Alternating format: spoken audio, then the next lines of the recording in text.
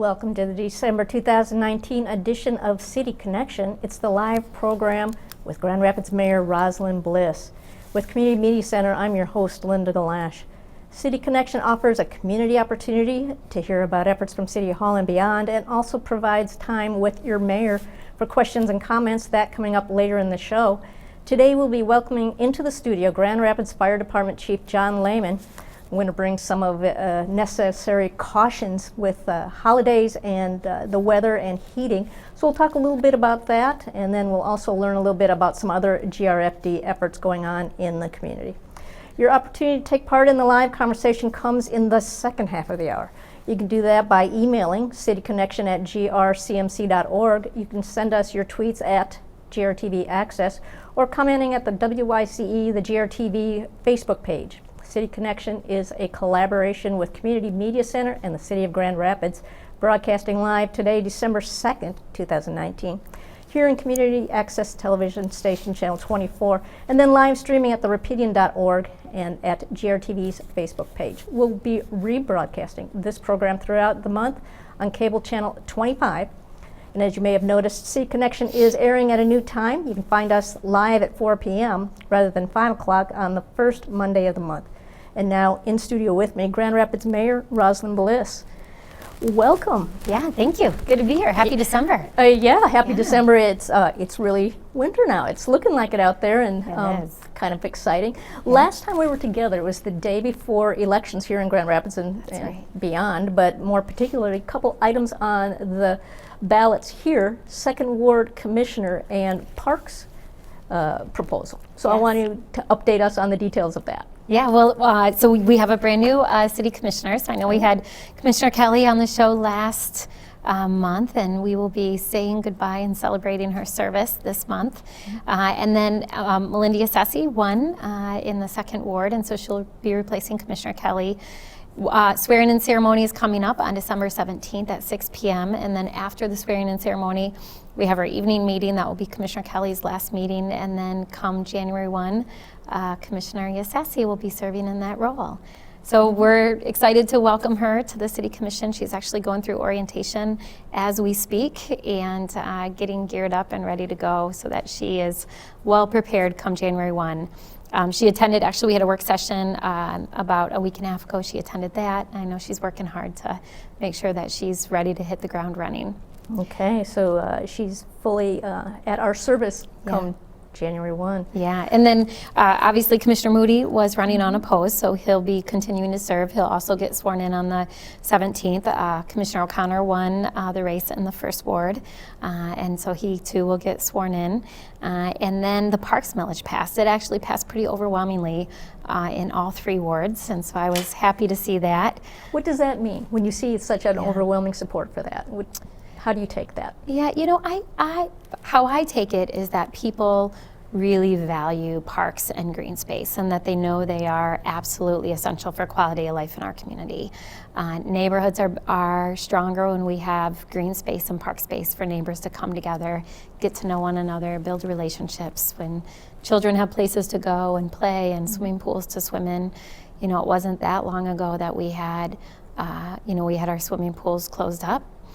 We used to have 6 swimming pools. We have since actually demolished 3 of them and replaced them with other swimming elements or water elements. So we only have 3 public pools left in the city. Now we do have, when the pools were originally built, we didn't have the Croc Center or the Y downtown. So we still have opportunities for swimming for children in our community. But I think people really recognize the value of green space and parks. A lot of people utilize them. We've worked really hard to put a lot of capital improvements into our parks and to activate those spaces. And I think people recognize how important they are. And the parks millage that was supported will provide dedicated funding into the future. So we know that we'll always have dedicated funding to not just better maintain our parks, but to have youth programming and then also to invest in the capital. And then I think I've said this before on this show, when you look at other cities who have great park systems, many of them have dedicated millages in addition to general operating fund support and grant support and a friends group. And so the more revenue streams you can have to support parks, the stronger that system will be. And the intricacies of how this went about, this was basically a sunsetting millage that was now renewed in a permanent sort of way. Is Yes. that the basics? Yeah, so it went from it was 7-year millage that was almost entirely dedicated to capital investment and opening the swimming pools. And the one that was voted on and supported will now go to what is called an evergreen, so a permanent millage, but also created more flexibility. So the funds will be used for improved maintenance, continued capital investments, opening the swimming pools, and then to enhance some of our youth programming largely for children that can't afford to pay for the youth programming. And so we actually are working on the parks guidelines right now. So when the millage passed about 6 years ago, we had these what's called park guidelines, and then we have a parks advisory committee that oversees the expenditures, and then they report back out to the City Commission and the community annually on how those funds were expended. So we're updating those guidelines now. Those will go before our Parks Advisory Committee, and then they'll come to the full commission for approval. And those will be guidelines so that going into the future, there will be clear expectations on how those funds will be utilized, but also mechanisms to make sure that we're communicating and letting the community know how those funds are being spent. And what do you anticipate, or what is the city anticipating right now per year that millage will bring?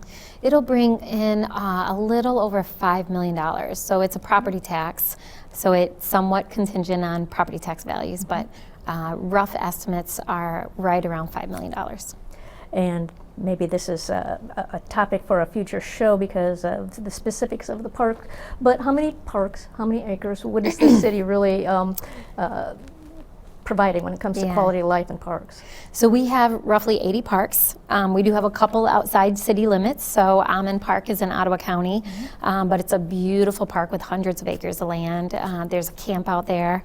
So it's really interesting when you go back and learn the history of parks, that there were parks and green spaces donated to the city, outside of the city. And so we have some of that. Then we also have, obviously, Indian trails, and we have other kind of green spaces that we maintain, and then we have all of our cemeteries. And so some of the cemetery land is actually being utilized right now for parkland, or like the golf course is technically cemetery land. So that potentially could be in the future developed as a cemetery. So our Parks Department, they maintain and care for all of those spaces. And then what people have seen, I hope people have seen, that we've made investments in replacing playgrounds and building water playgrounds. We replaced the Huff Park Trail boardwalk through this beautiful natural preserve. You're starting to see rentals, so we now have canoe rentals out at Richmond Park and Riverside Park. So again, trying to make sure that people can utilize those spaces in really meaningful ways. Okay. In one park in particular, Richmond Park just finished up an environmental stormwater project. Yes. And tell us a little bit about that. Yeah, so what we've been doing, actually we've done this over the last several years in a number of our parks, where we're looking at how can we use the green space also to reach our goals related to stormwater runoff. So how do we build green infrastructure? Can we use those spaces for underground storage? Can we really think more holistically about those green spaces? And so our Parks Department and our Water Department, they've been working really closely together on a number of projects, and Richmond is one of them.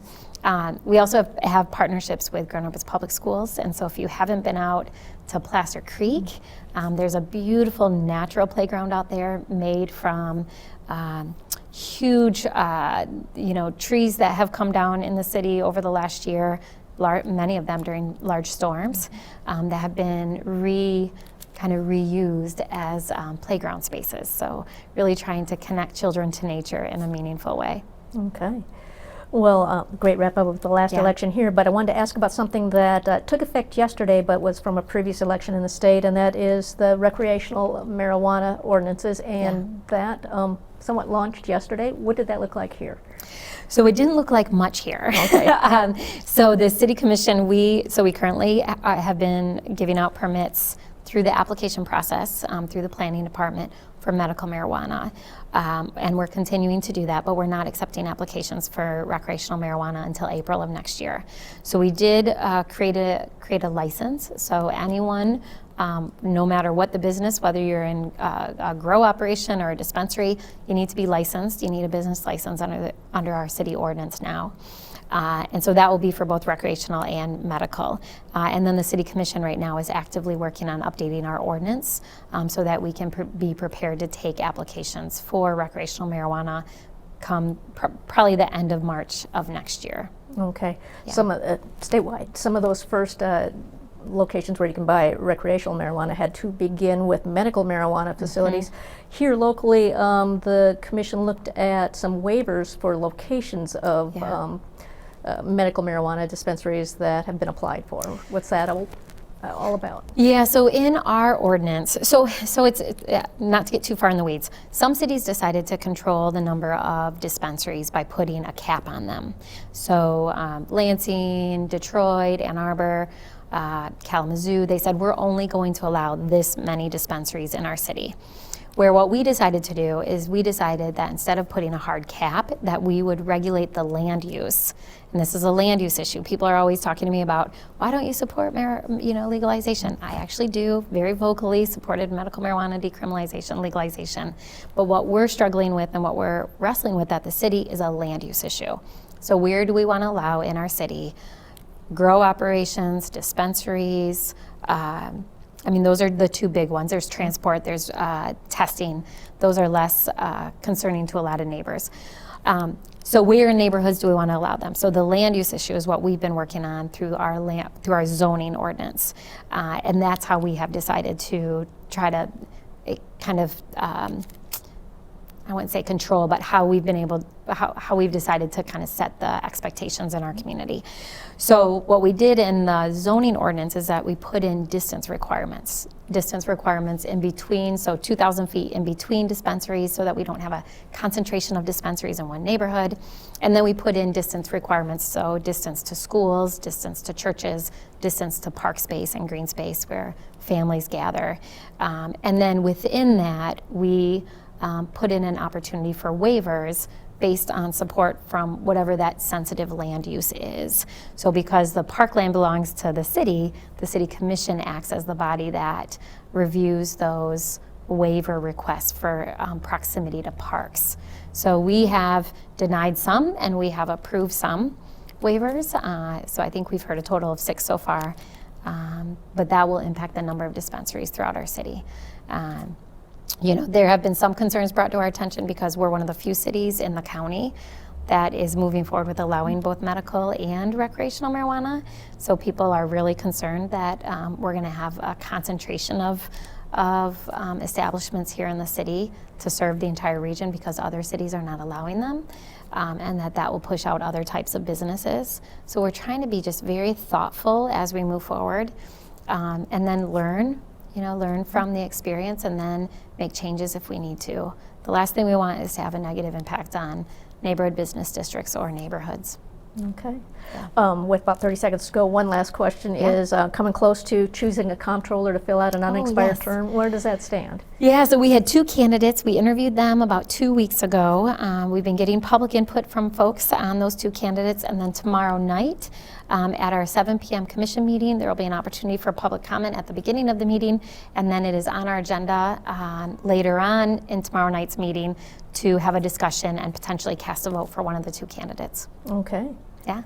Well, let's take a break. We're going to take a break here on City Connection. When we come back, Mayor Bliss will be speaking with Grand Rapids Fire Chief John Lehman after this break here on GRTV.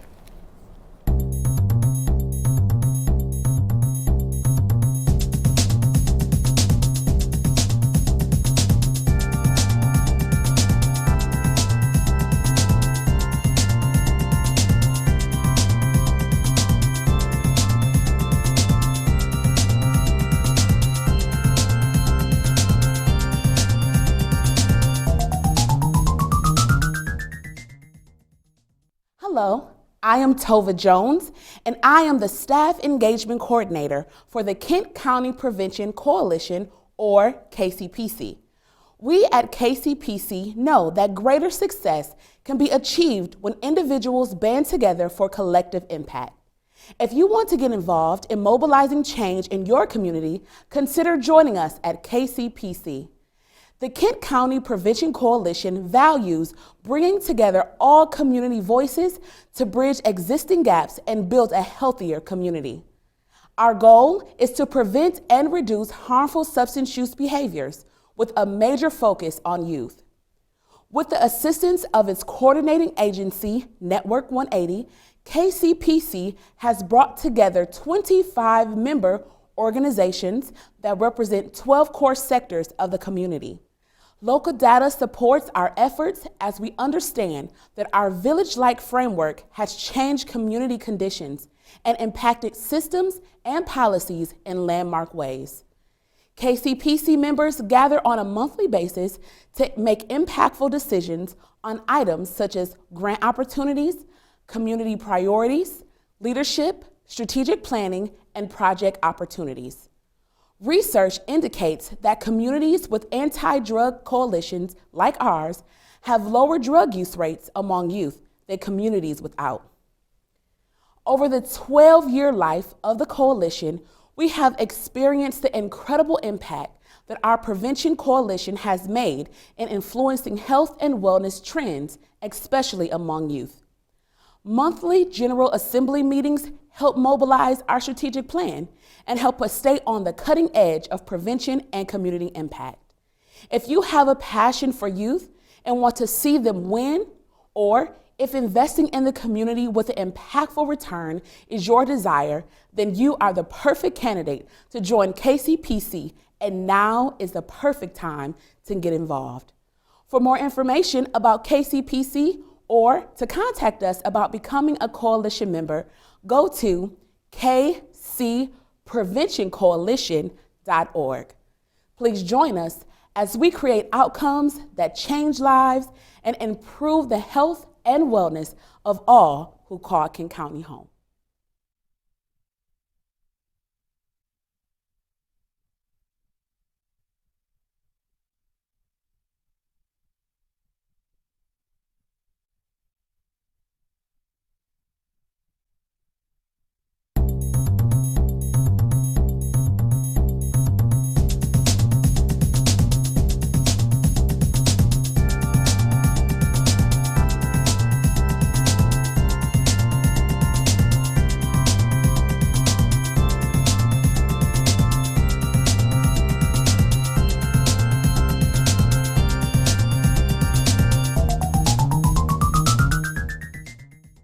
Hello and welcome back. I am absolutely delighted today to have with me our fire chief, Chief Lehman, who has been with us for just over 3 years now.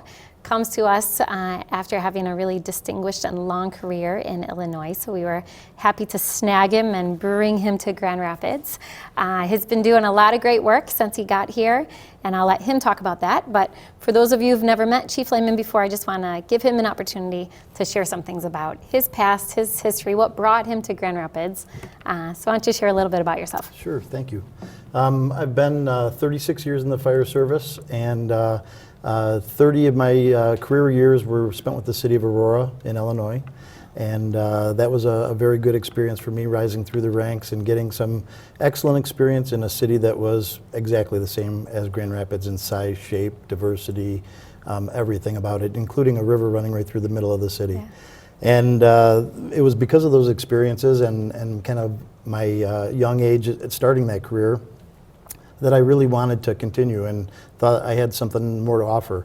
And so when I retired and was looking for another opportunity to take my experience somewhere else, when I saw the city of Grand Rapids, it actually had been on my radar for some time, along with some other like Midwestern cities that I thought, you know, would really be somewhere that would be an interesting place to continue on.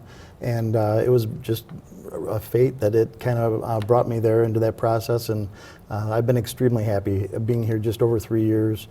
My family has moved here, and my wife has resettled here with me, and but it's a really, really good feeling living in a dynamic city environment with such natural beauty around us, and the ability to really experience all that has been incredible. Yeah, well, we are so glad to have you. I've had the honor to actually work with a number of police chiefs, and it's been really fun to watch you and watch you lead the department. You've done a number of things under your leadership. So let's talk a little bit about some of them. I know you led a strategic planning process. So do you want to talk a little bit about that? Sure. The planning division within the Grand Rapids Fire Department was well established. This is our third strategic plan that I was able to be involved in. And we took it from a plan that was very complex. The middle plan got rid of a little bit of that, but this third plan that we developed is a very, very simplistic plan that achieves everything that we're looking for in trying to really move ourselves to a new level. What was very interesting about this plan was the realignment of our strategic priorities, setting a new mission statement for the organization, really kind of driving home those values that we live by, and making sure that our people, they're not just written on the walls or on a piece of paper in a document, that there's something that we actually address and live by every single day. And so our values of honesty, integrity, loyalty, teamwork, and excellence are ones that just really set the bar for us every day.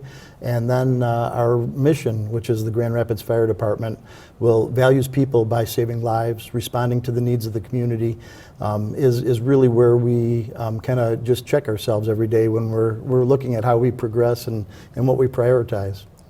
Yeah, well said.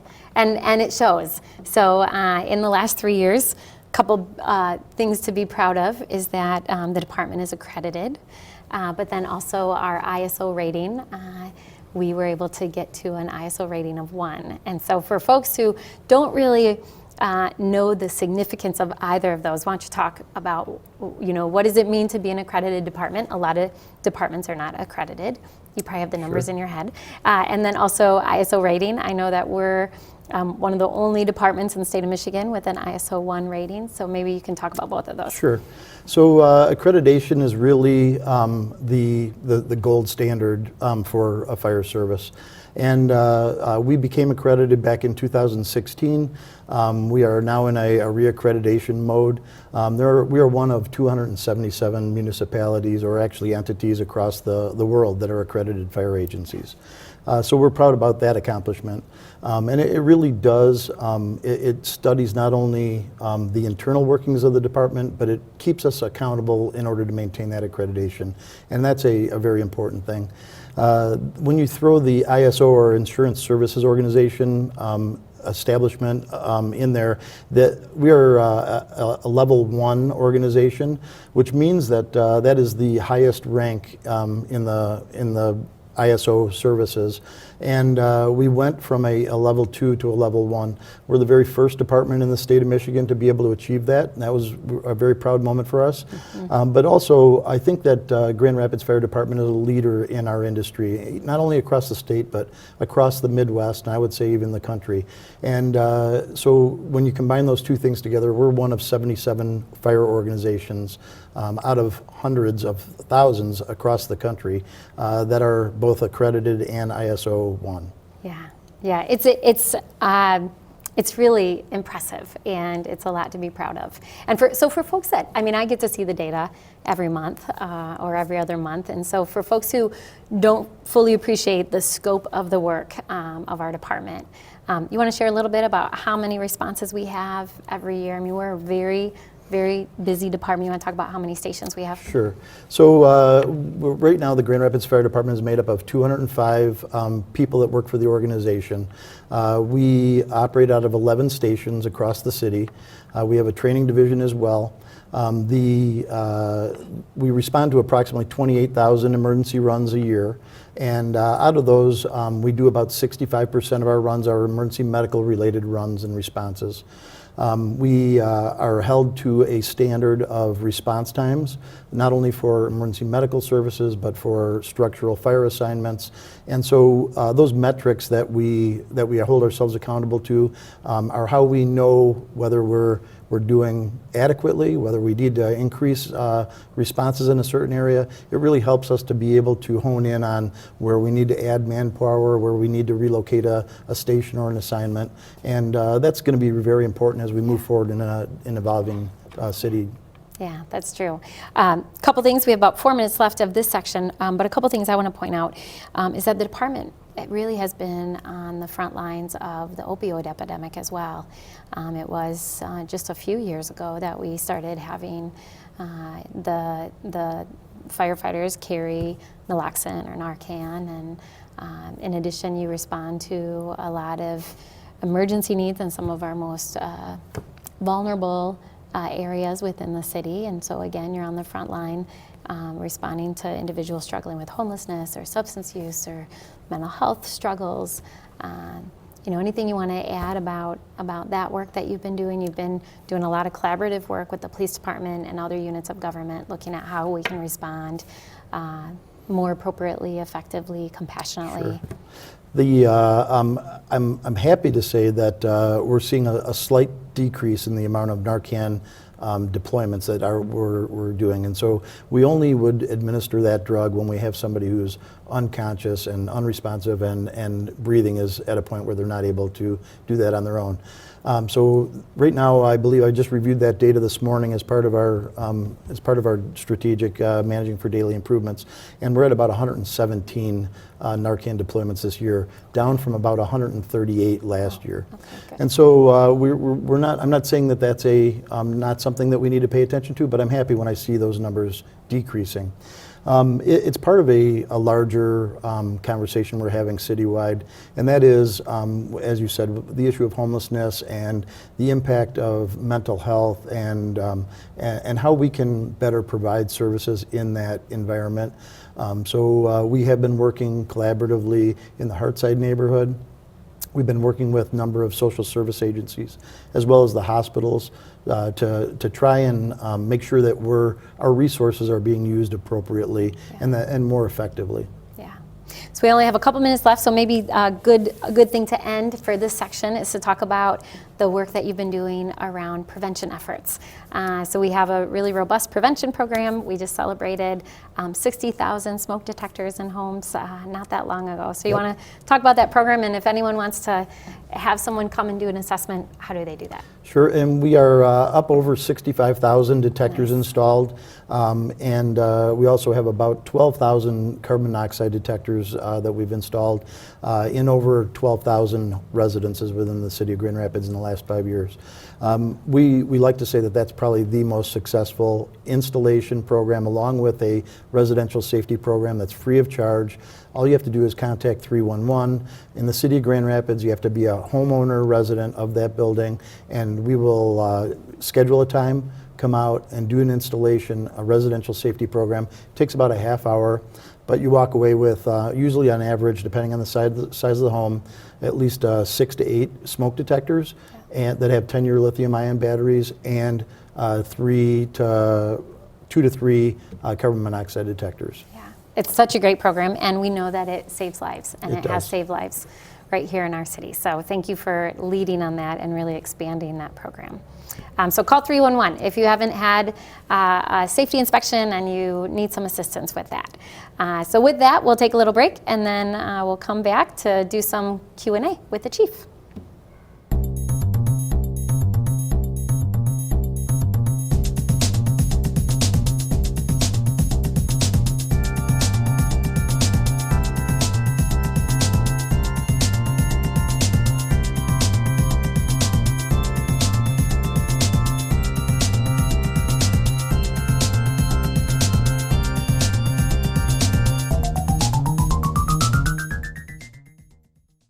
Hello, my name is Edie Evans Hyde, and I am the Executive Director of Ebony Road Players. Our vision is to provide a platform for underrepresented voices in our community and to provide education opportunities for students to experience the power of theater. Come join us for happy hour on National Giving Day, Tuesday, December 3rd, from 4 p.m. to 7 p.m. as we take a look back at 2019 and celebrate what's to come in 2020. Come meet the Ebony Road Players team and learn all about who we are, what we do, and why we do it. The happy hour celebration will take place at Little Space Studio, located at 111 Division Avenue, with beer and drinks from Preston Brewery, assorted appetizers, and a performance from our students. You won't want to miss the excitement we have in store for the great day of reflections, celebration, and giving. Ebony Road Players is a nonprofit 501c3. Your donations may be tax deductible. Find out more at ebonyroad.org.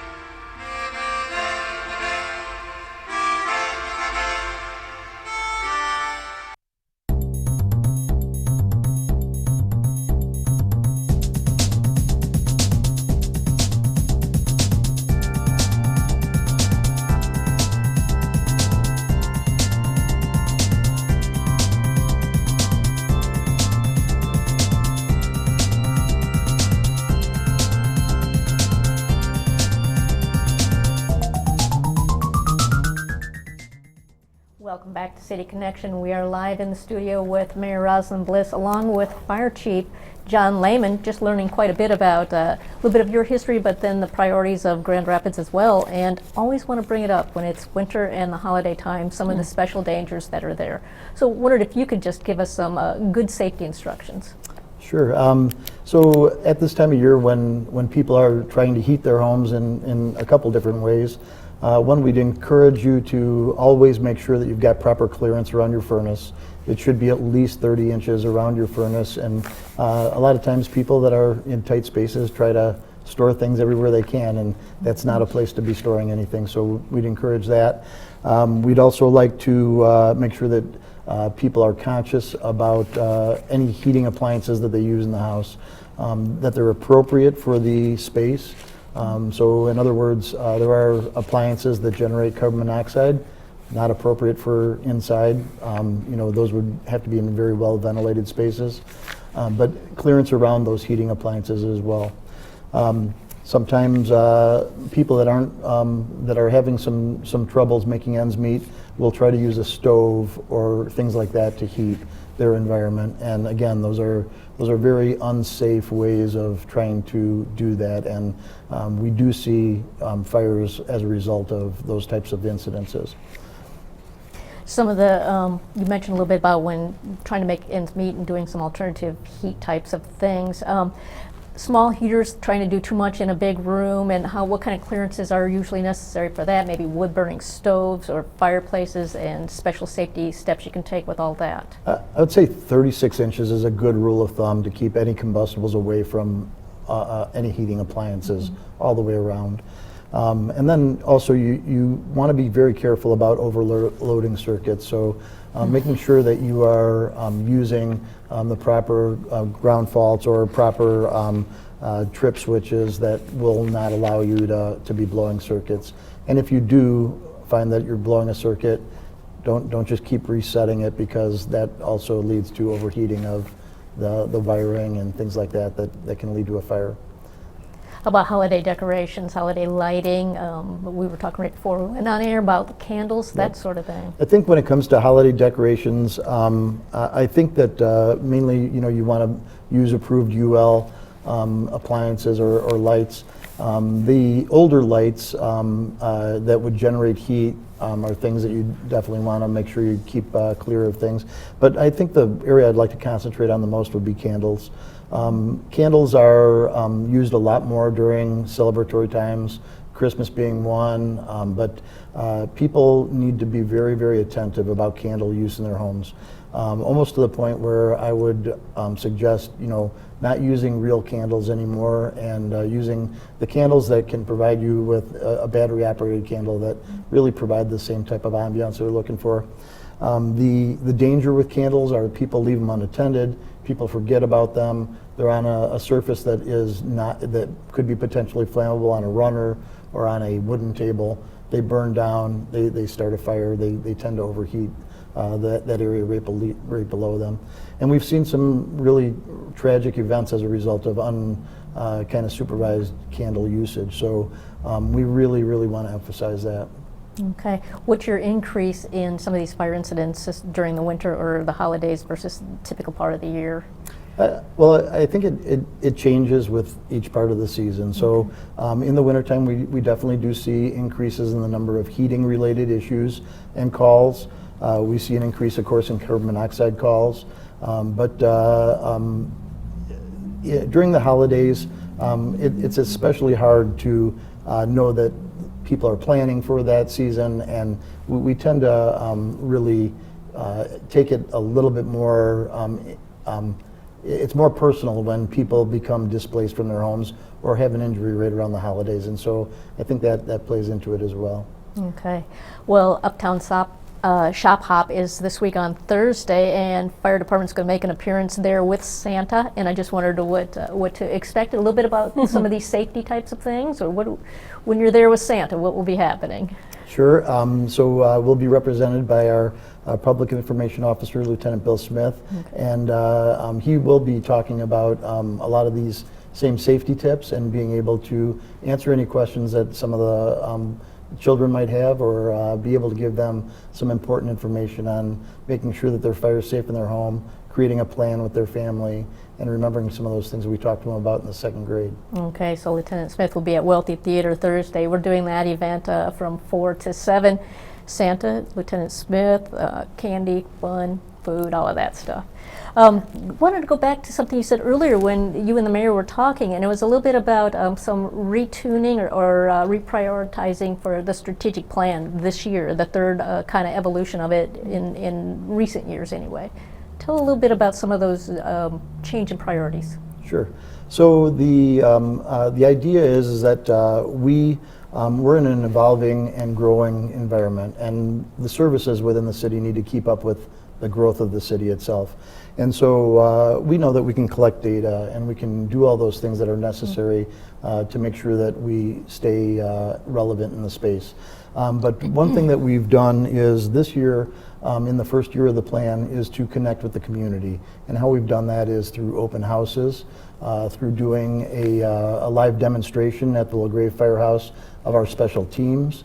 And then also we are planning on doing some large-scale evolutions within the city to really assess how quickly in a urban environment we run out of resources. So we're going to drill on that in a couple different ways. One with a active shooter scenario to see kind of what our response is to that. A second one would be in a high-rise environment, how we would necessarily not only respond in those ways, because we train on that annually, but how quickly our resources are eaten up and how quickly we're able to get resources in from the outside community. And then once we've done that in the third year of the plan, that's when we kind of formulate, this is what we know we need, this is what the data supports, and here is the ask. And so that is, in essence, each division within our department has different parts of the plan that are related to all of that for each pillar that we have. Okay. Go ahead. Well, I should also say that the chief has really taken the lead also on making sure that we're prepared during emergencies. And so I'm not sure how many people know this, but in February when we had the polar vortex and we had 50, 60,000 families and households without power. We had an emergency crisis operating team down at the police department, but it was really Chief Lehman who took the lead on a lot of that work. It was the fire department that was out. We had hundreds of down power lines. We had, everyone who remembers being here during that remembers the struggles that we had during, it was about 10 days that we really had a tough time. And so Chief Lehman took the lead on a lot of that work during, in the moment of crisis, but then after that also started to debrief and recognize what we needed to do better, and then we just made a significant hire. I don't know if you want to talk about that. Allison Ferroli is our new emergency manager, and she's here with us from Virginia, from Charlottesville, Virginia. She's about, I think, 2 months on the job right now, and really is that person that is the one that we look to be able to coordinate those efforts on citywide kind of emergency planning. So she's been very active, not only just in these smaller events, what we had, the straight line wind event, all that kind of stuff that happens.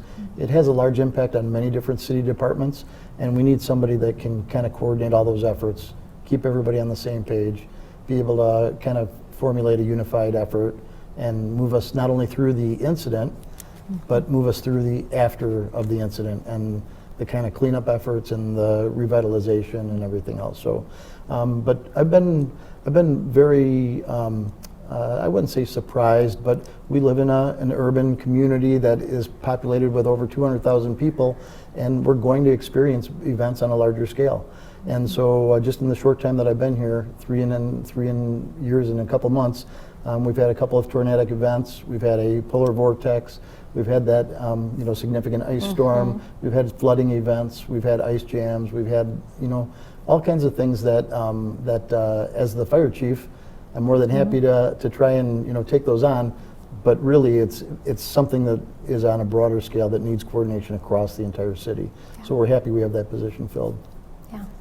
Wanted to ask a little bit on that same topic when you're adding some staff to deal with emergencies, a little bit about recruitment. I know that when the mayor and I have talked on previous shows, when it comes to the police department, some very deliberate efforts to diversify maybe the makeup or representation of our community when it's talking about those people that are on staff. How about for the fire department? Very intentional efforts, ever since I've been here to try and make sure that we're recruiting the right people for the job. And we've been successful. It's taken a lot of work to really get out and get the community to apply for the job in representative portions that would then allow us to be able to staff in a representative manner of the community. And so we had over 1,300 people apply for our last posting. And then we were able to break it down, and we're hiring about 10 people every single year, 10 to 14 people.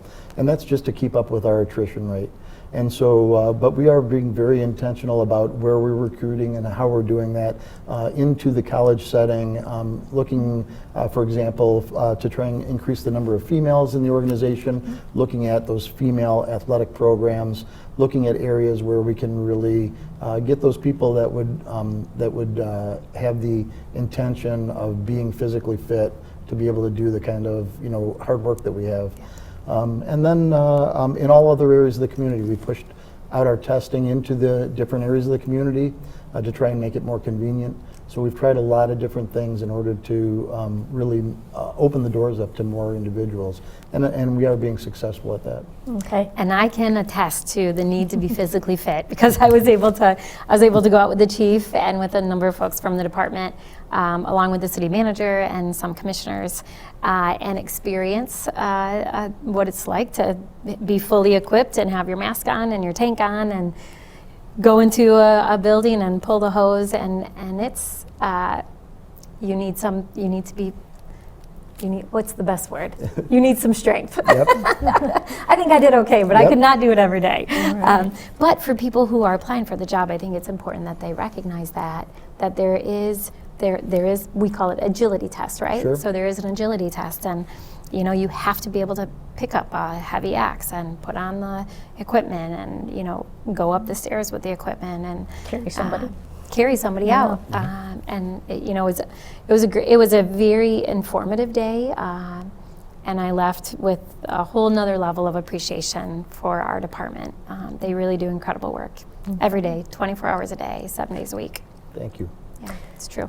Chief Lehman, thanks for coming on the show today. We've learned a lot. Thanks for spending a little bit of time on explaining what the department's doing, and we look forward to seeing Lieutenant Smith at the Santa Show on Thursday.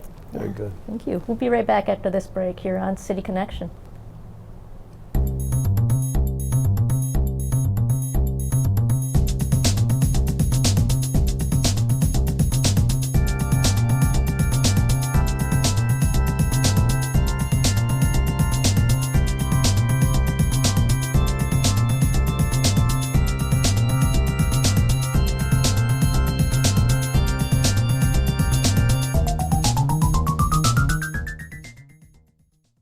The Rapidian for the community provides an alternative. To be the eyes of somebody who's not there. It's more honest, more authentic, and more true. And you do have the freedom to talk about things because they're things that need to be talked about, not because they'll get readers or viewers or clicks. Sometimes it feels intimidating to write a news story or to write a story about a community issue. What I love about the Rapidian is that they make it really simple and easy. So it's not like you have to meet this deadline by this time. I'll be eating a sandwich in one hand and then I'm like typing in the other. I love the freedom to be able to write from wherever.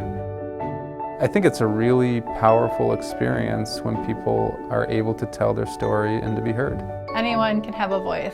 Anybody can speak. It's a platform for the community to tell its own story in a very authentic way, and that's powerful. A community has to be involved in order for it to be sustainable.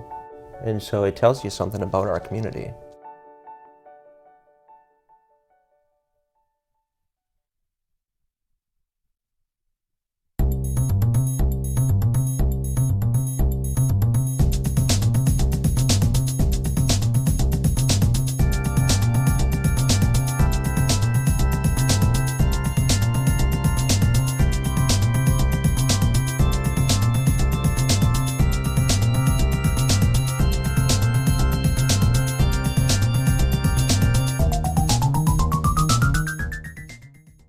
Back to City Connection again. Mayor and I are thankful to have on the show Fire Chief John Lehman. A few other things we got time to talk about, though, Mayor, and one of them was, I thought this could almost segue well, but the city has received some funding to work with MSU when it's addressing PFAS in the water. PFAS, even a chemical that sometimes in the past has been used for fire suppression. Yes, yeah, I'm actually really excited about this opportunity to partner with Michigan State. Of course, I'm a Michigan State grad and a Spartan, so anything we do with Michigan State, I'm usually happy to and proud of. But yeah, this is very interesting. So we will be working with them to do some research, to test some different types of techniques that potentially can pull out PFAS from wastewater. So we're looking at a number of different opportunities with them. You know, it's a great team of researchers, and we're just grateful to have this opportunity to try some new and innovative things and to really experiment. I mean, it's a significant issue throughout our entire state, and if we can be a part of finding solutions, we want to do that. So is this more of a experimentation sort of thing versus addressing a particular contamination that's going on right here? Yeah, no, it's really more research. So we have in our wastewater, we know that there's PFAS, and so we're able to potentially utilize that and try different things. It's a little bit above my my area of expertise, the science behind it, but it's these chemicals that potentially can break down or absorb the PFAS. So they'll be actively researching that with a number of city staff, and hopefully they'll have some great results. Great. Yeah. Wanted to hit on a few things that's coming before the City Commission, including, I believe it's tomorrow, something to do with weapons regulations. Tell us a little bit about that. Yes, so we'll have tomorrow night on our agenda, we have an ordinance. It's an update to our gun ordinance, and we made some changes to the ordinance itself. The most significant one is we added in language around BB guns, replica guns, pneumatic guns, as some people call them, toy guns, so that people know that if you're brandishing a toy gun as if it is real, that's dangerous and that there's a consequence for that. And then also, reiterating the language about making sure that if you have a toy gun or a BB gun, make sure that you leave that orange tip on it so that officers know that it's a toy gun. We've had a couple incidents that were, fortunately, didn't end in a tragedy, but it is very difficult to tell the difference between a real gun and a toy gun nowadays. They look very, very similar. And the last thing we want is someone to be injured because they have a toy gun. So that language has been added, and it will go into effect. We actually pushed out the effect date for a number of months so that we can do a pretty robust education and awareness campaign. So we'll be working really closely with the public schools and making sure that we get information out to families about the ordinance, but then also to really educate them about the dangers of these pneumatic or replica guns. Okay. So yeah. A couple other things that the city's been out there looking for community input on, and one of them is a survey of city services. I had took the survey, but just where does that stand, and the compiled results will be available when, and what can we hear about that? Yeah, so this is actually the first citizen survey that I can remember since being elected. It's something that we've talked about multiple times, actually, since I've been mayor. And we finally found a third party to partner with. And so that survey went out in multiple modes. So there were phone calls made to families, and then there was an online survey. So that survey closed just about a week ago, and they'll be compiling those results. And then once we have them, they will be made available to the community. They'll be added to our dashboard. So if you go to the city website, you'll be able to see our strategic plan, our 6 pillars, all of our goals and objectives under there. A number of the objectives we're actually measuring through community input. And so there were specific questions in the survey asking about city services that we will be monitoring as we look at implementing our strategic plan. But all of that will be made available to the community to see. And then the hope is that we'll do them either every year or every other year so that we'll be able to measure progress. Okay. Yeah. So tracking where the changes and adjustments are made and what the community is really looking for. Yes. All right. Another thing I wanted to ask about that I think is coming up before the city pretty soon, looking for proposals on a wedge of property at Ionia and Fulton. Yes. Describe that particular piece and what kinds of things that maybe the city's looking to see for development. That's thank you for bringing that up. So this is the piece of property that the city owns right across from the Van Andel Arena. So it's across from the Van Andel Arena and really directly across the building that's going up right now by Hinman. So that beautiful triangle building that is going up and is really fun to watch. It's actually right across the street from that. So it's right kind of where you go into our parking ramp. There's an asphalt parking lot there now. Actually about 6 years ago, we put it up on the MLS, and there was a developer who had an option on it. And the developer extended the option multiple times and then let the option fall through and ended that option that they had on that property. So it was after that option fell through earlier this year that we decided we would put it back out to try to get that parcel redeveloped. It's in the heart of our city. It's a great location. It's connected to the parking lot. Our hope is that there's a couple things we're hoping for. We're hoping for creative ideas. The city downtown, there's no height restrictions.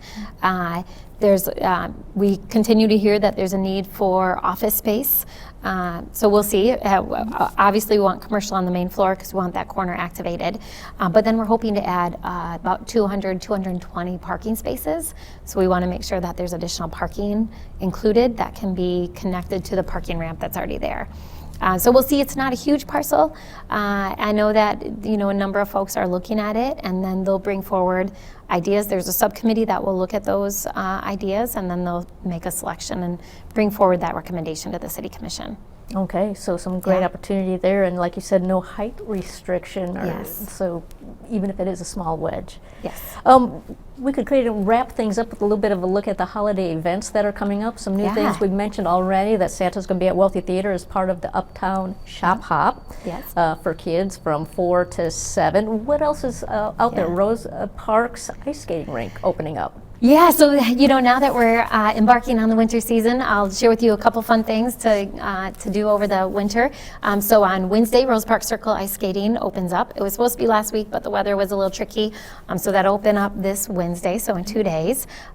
The Shop Hop in Uptown is on Thursday evening. Describe that a little bit, because there's some transportation a part of that as well. And Yeah, so there will be, I believe this year they're doing the Rapid. In years past, they've done trolley, and they've used the Dash buses. But yep, it can take you to the different 4 districts, from Wealthy to East Town to East Hills to Cherry. You can get on and off, visit local shops. I always remind people to spend their money locally, support our local businesses and our neighbors. That money stays local. It supports our local economy. So that is on Thursday night, and I believe it goes actually till 10. So there's lots of fun shopping you can do right here locally. Friday night is the Christmas tree lighting down at Rose Park Circle. So that'll be at 5:30 downtown. There'll be performers and music, and it'll be really fun.